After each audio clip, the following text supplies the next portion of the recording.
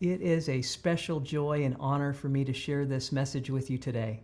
For me, this first week or so after Christmas is bittersweet. It's bittersweet because there's been this anticipation that's been for months. Going back to Costco in July when they first put out their Christmas stuff on the store shelves. And fast forward to now, and it's done. The memories have been made, and there's a lot of stuff to put away. Another reason why this week is bittersweet for me is because it's the sudden end of Christmas songs and Christmas music. For some of you, there may be songs that you have heard so many times in the last few weeks, you don't want to hear them ever again. And one of the songs that triggers me is The Little Drummer Boy. Back in grade 6, I was to take part in our Christmas assembly at my school. And in front of several hundred students, I was to stand up and do a duet with my friend Brad of The Little Drummer Boy. And I got up in front of my whole school and I got through the first line of The Little Drummer Boy and everything went blank. I couldn't remember anything except Parumpa Pum Pum, which I did through the whole first verse. Parumpa Pum Pummed all the way through the first verse until Brad picked up the second verse, and it was a scarring moment for me. And every time I hear that song now, it brings back that memory. Maybe you have songs that you love, and you're not going to hear them again maybe until next Christmas. One of the songs I love is O Come, Emmanuel. When you look at the words to that song, you see that the words are from a distressed people, a people who are in despair, in darkness, crying out that Emmanuel, that God would be with them. And they rejoice with anticipation that God is coming to be in their midst. Well, in a world where there is currently still so much difficulty and distress and devastation in some places, and darkness and despair, Emmanuel, this truth that God is with us, isn't just good news, it's the best news we can get. We've been celebrating through this season that through Jesus, God is with us, not just 2,000 years ago, but that God is with us today, tomorrow, and to the very end of the age. Jesus is the game changer for you, for me, for our world. John Stott, an English pastor and theologian, shares a quote that I just love. He says that we may talk about Alexander the Great, or Charles the Great, or Napoleon the Great, but not Jesus the Great. Stott's quote says that Jesus is not the great. He is the only. He has no rival. He has no successor. And Jesus is the only. Jesus is the only way, the truth, and the life. Only Jesus is God in the flesh. Only Jesus conquered the sin and overcame the grave. Only through Jesus are you rescued and redeemed. Only through Jesus are you made truly alive and set free. Only in Jesus can you find deep contentment and full completion. Only in Jesus can you live with enough strength for today and enough courage for tomorrow. Only with Jesus is the real hope for miraculous change in us, in others, and in our world. Only with Jesus can you look toward an inheritance that will never perish, spoil, or fade. And only at the name of Jesus will every knee bow and every tongue confess that Jesus is Lord. After a year where many have faced chaos and challenge and complexity and change and conflict, there is still good news. And it's not good news about something, it's good news about someone, and that's Jesus. As we stand at the gate of a new year, I want to share with you 4 questions that I believe are going to point you toward Jesus. And they're questions that you may need today or further along in the year. The first question is this: where will your eyes be focused? As you look to a new year, where are your eyes going to focus? 2 years ago, My wife Lee and I entered the gate of a new year with plans and hopes for a new year and a new decade. But within a few days of the new year, everything started to go sideways. Lee was doing a number of medical tests, and all those tests were pointing toward cancer, breast cancer.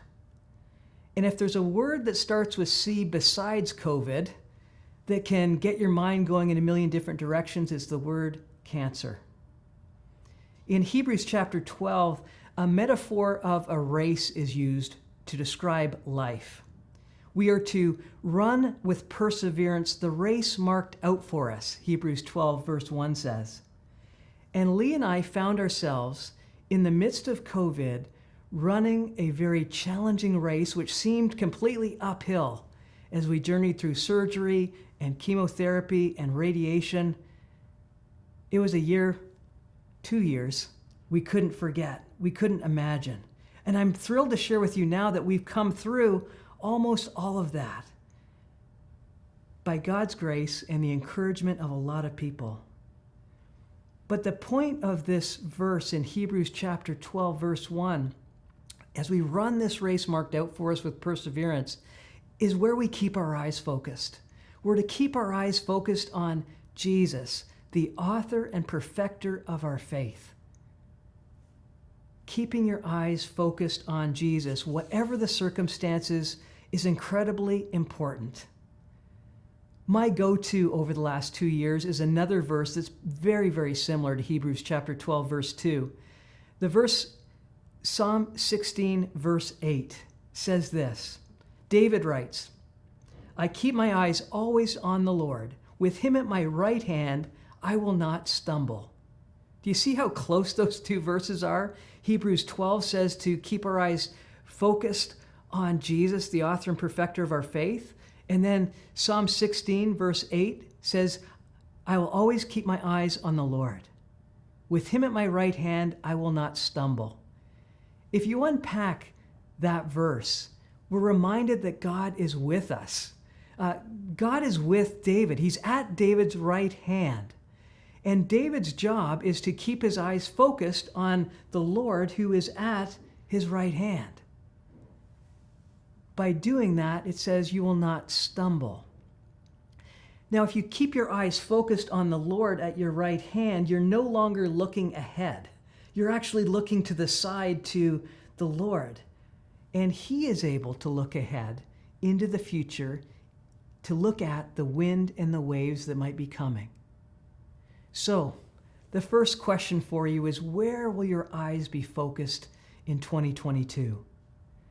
We have 3 more questions, but I want to pray right now just about this question. So join me in this simple prayer to help focus your eyes on Jesus.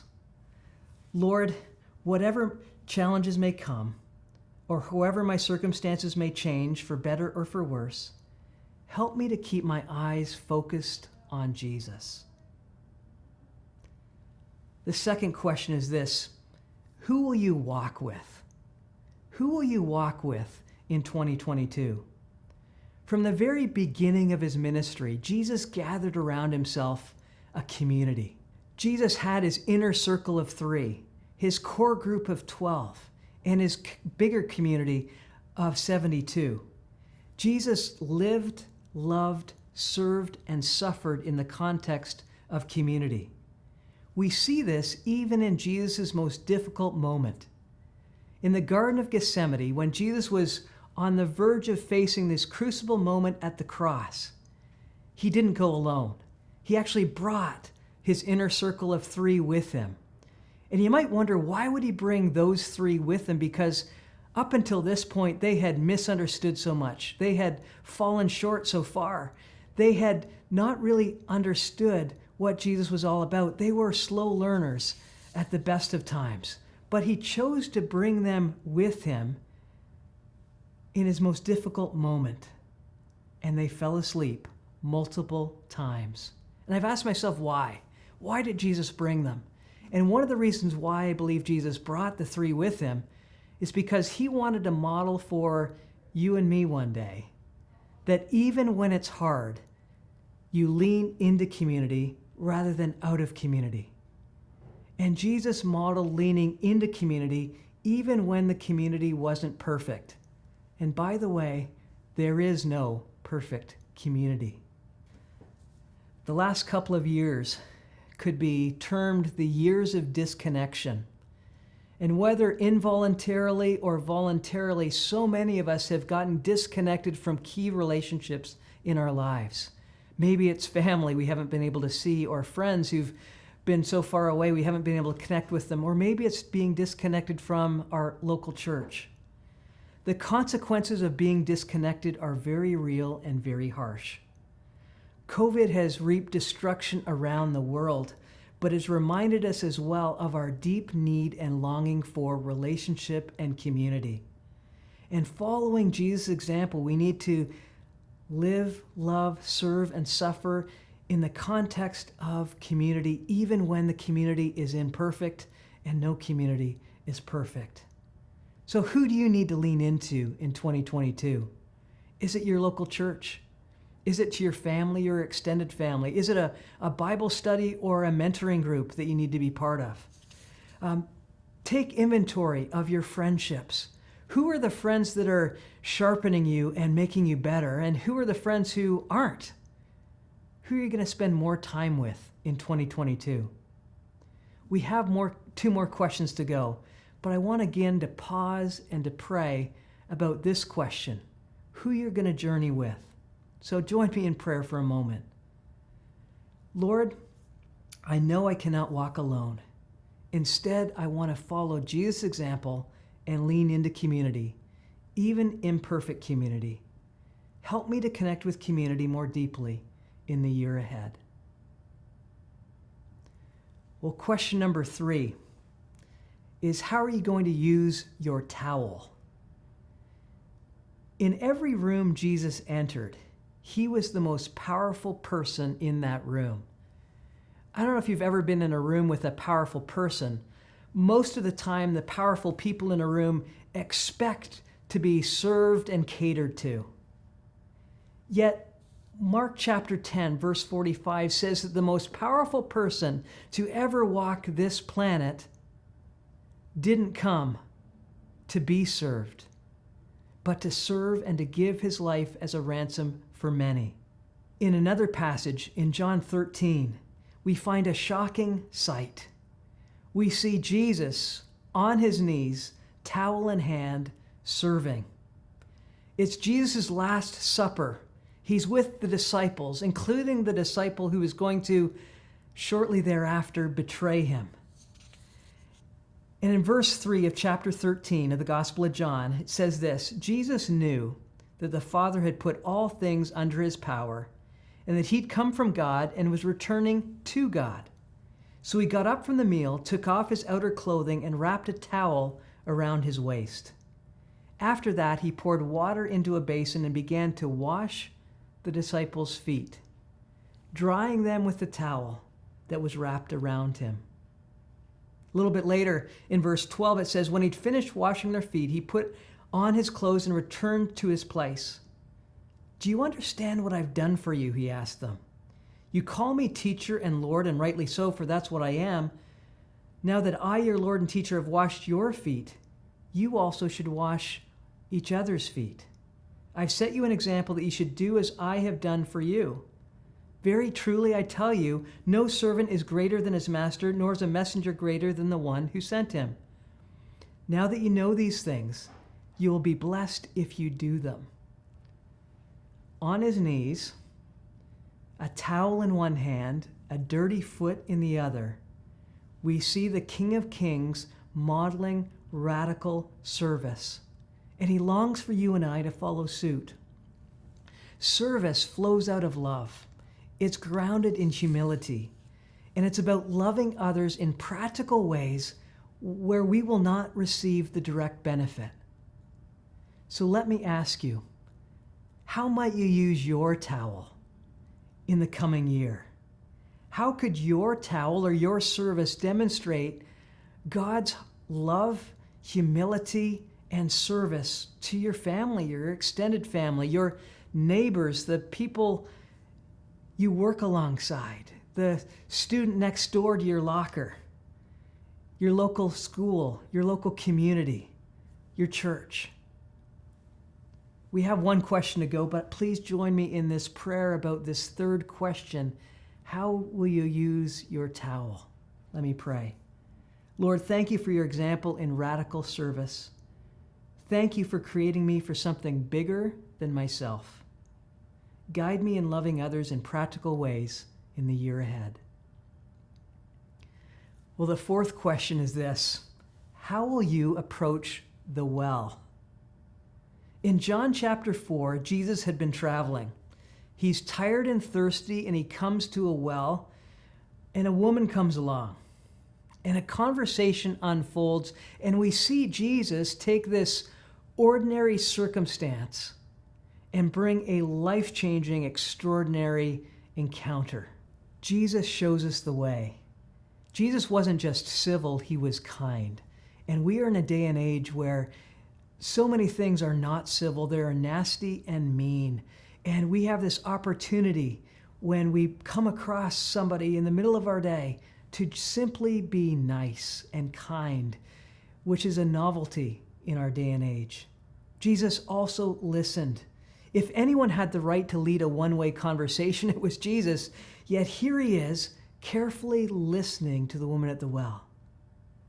Jesus also sees. He sees past the outward facade of this woman, and he sees what's really going on inside her heart, her deep need to belong, to not live in shame, to be healthy in her relationships, to be loved. Jesus, this Jewish rabbi, breaks down barriers and he builds bridges. He was supposed to steer well clear of Samaria, to steer well clear of a Samaritan woman, and to steer well clear of a Samaritan woman with a history and relationship baggage and all sorts of challenges. But here is Jesus, building bridges, breaking down barriers, and pointing her toward hope. Jesus does not get sidetracked. He keeps the main thing the main thing. Jesus focused on seeking and saving the lost in his encounter with the woman at the well. He made an ordinary encounter into something extraordinary. And that begs the question of us, how are we going to respond at the wells that we're at, as we talk metaphorically? Whether that's in your front yard at home, whether that's on the bus or by your locker at school, if that's with colleagues at lunch, or on the sidelines of your kids' game. Following Jesus' lead, you and I have the awesome privilege and responsibility to point people to hope, to Jesus. So one final prayer. As you reflect on how are you going to approach the well in your life, let me pray. Lord, in the comings and goings of ordinary moments each day, may I always be ready with kindness in both word and deed to share the hope that I have in you. Is there one of these four questions that you need to hang on to reflect more on? Where are your eyes going to be focused was question number one. Who are you going to be walking with in 2022 was question number two. How will you use your towel? Question number three. And then how will you approach the well is question number four. As we stand at the gate of a new year, I pray that one of those questions, or maybe all of them, are going to be helpful in guiding you ahead in this new year.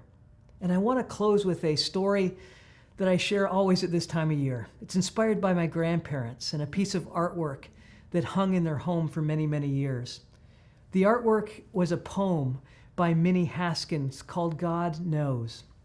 I discovered later on that this poem was, the story goes, found by a young Princess Elizabeth way back in 1939. And she was so taken by this poem that she gave it to her father, King George.